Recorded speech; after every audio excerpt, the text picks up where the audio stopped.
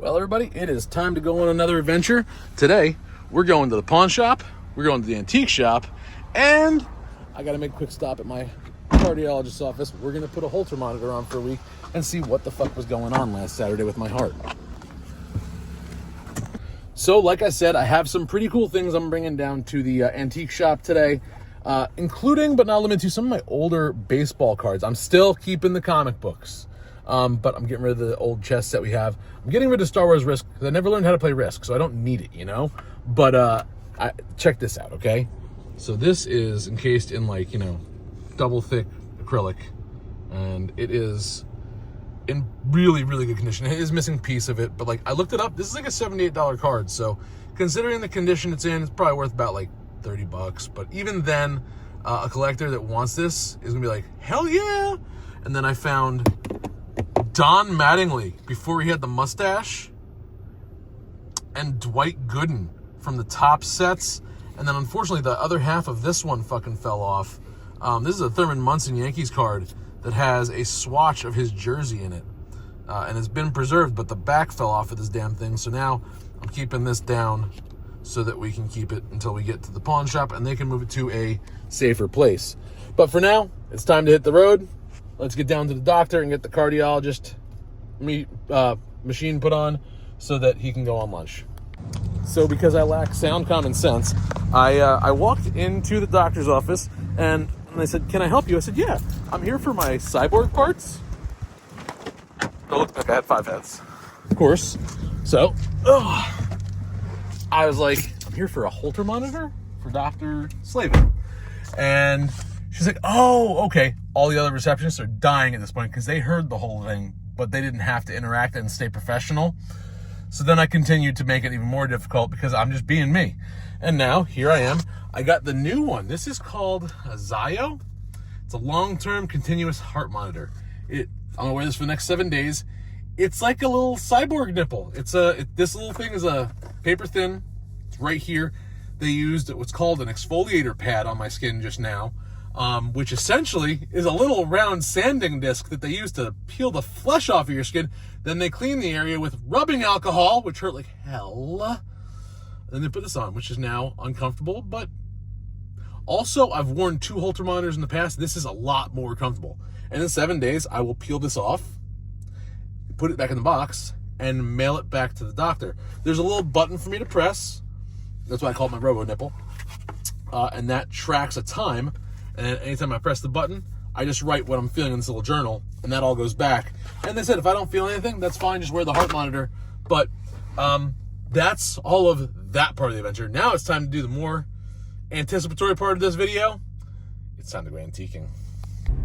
Trying to find a fucking antique shop that's open is actually kind of difficult. I mean, when you think about it, antique shops are nothing more than just pawn shops with a niche or a but apparently most antique stores are only open on the weekends, which makes sense because we live in a tourist area. But I don't know. There's an antique resto place up the street here I'm going to check out, and if they're not open, I'm going to check out another place called Unshedded Nostalgia. I know they're always open. They may not always be buying, but they're always open. So I'm hoping that I can find one. Otherwise, I'm just going to take all this stuff to the pawn shop in town.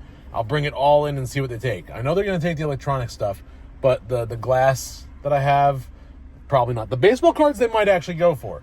I know they have some sports cards there, so I'm kind of hopeful on that. But there is, like I said, I just literally just sitting at this light saw a sign that says antique restoration since 1960. So I'm going to go check that out. Or maybe it was 1980, I don't know. But either way, we're pulling across the street, and I'm in the antique district of Barnegat right now, so that's closed. It's a one-way street, and oh Jesus! Oh, this is right where I went for the walk where I almost died. But yeah, it looks like they are closed for business. Unless I could be wrong. Let's pull in here and we'll find out. We're gonna take a walk into the side entrance here because it looks like it might be open. So let's flip the camera around. So it's a really quaint little building. I dig the aesthetic. It's perfect for an antique shop. Most of the buildings that are antique shops here are old structures. And this is called the First National Antiques Restoration Shop. This is not a store, no retail. By appointment only. Oh, well, that sucks. But they have really cool stuff back there, so I'm not going to go in because clearly they don't do what I'm trying to do here. But still a really cool shop. But yeah, I guess we're not going to get inside. When I drive by, I'll give you guys a look in the windows. So stand by for that. So yeah, this is the end line for the rail trail that I usually do my bike riding on. And this is where I actually did for Ma Deuce Deuce, they did a 22-mile ruck. And I was part of that. And I had blisters going from the heel of my foot to the ball of my foot. It sucked. I'm glad that I did it, but I'm also glad I'm not doing it again because it hurt. I carried a 35-pound rucksack on my back. And then this right here, I'll stop talking about anything but this is the antique shop, the antique restoration shop. They got a lot of cool stuff in the windows, looks like, but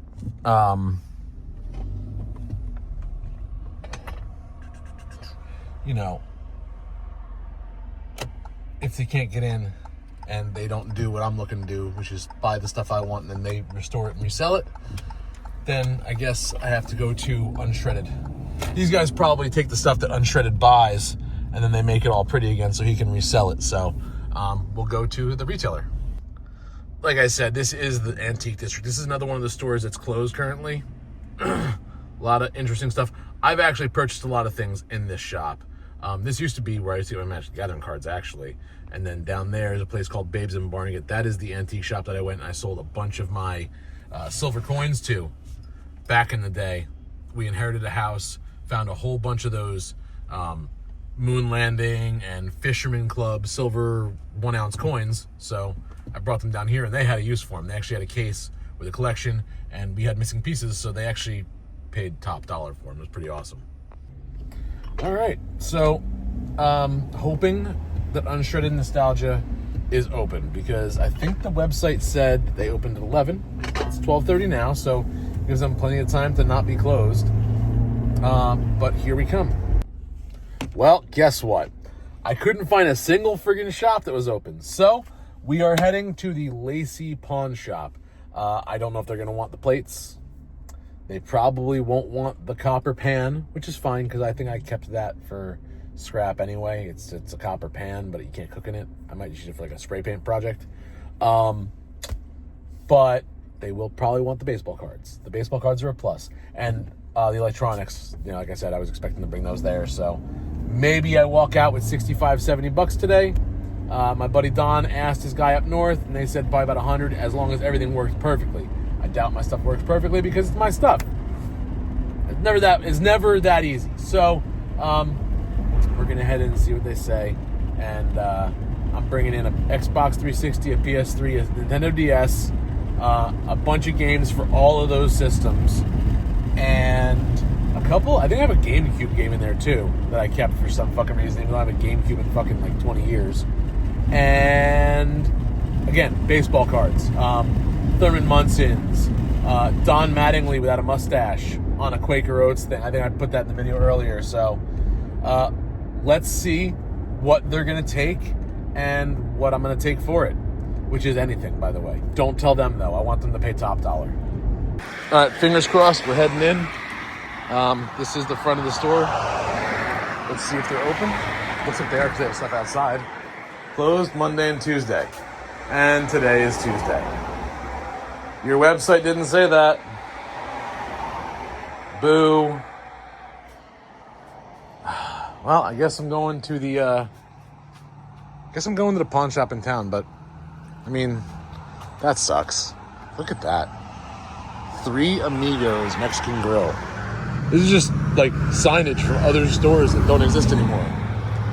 But yeah, they probably would have bought the glassware. I guess I'm SOL. So let's go find the pawn shop. This is a waste of gas. And there it is, Unshredded Nostalgia. Much less stuff outside because it's cold as fuck out. I mean, they lied to us, guys. I mean, maybe it's not fair to say they lied to us per se, but when I grew up, everyone's like, yeah, baseball cards, that's where they're at. There's going to be money in those, you know? Certain ones, not every card, but certain ones. Or if you collect the whole set, you know, those complete sets, or they're a chronology of the sport that no one even fucking cares about in this country anymore, really, you know?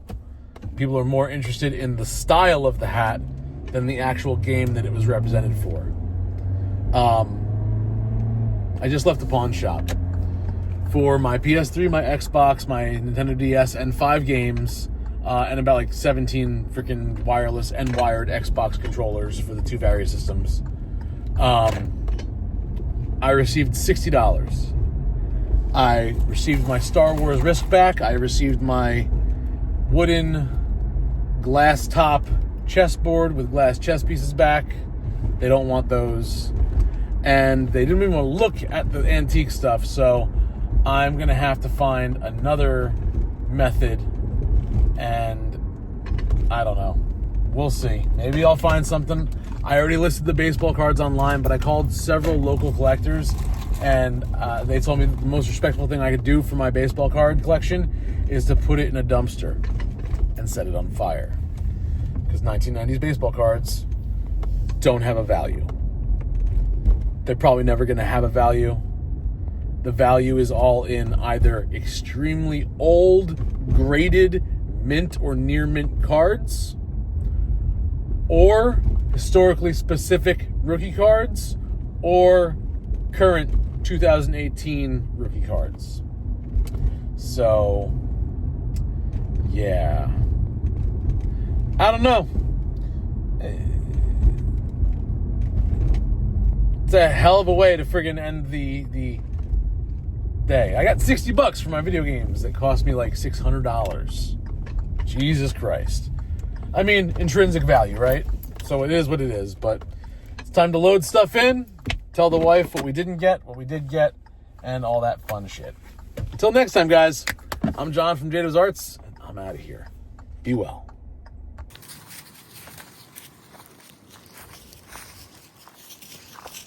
This is a really nice little spot. I'm not going to keep aiming the camera at the back of people's houses, but like this little road in leads back to a little, yeah, but this is a protected area, so they can't build any houses. That's why the sign's up, I guess. So this is my little ending for my adventure today after all the running around I did. Stop picking up freaking leaves, or not leaves, feathers, you jackass.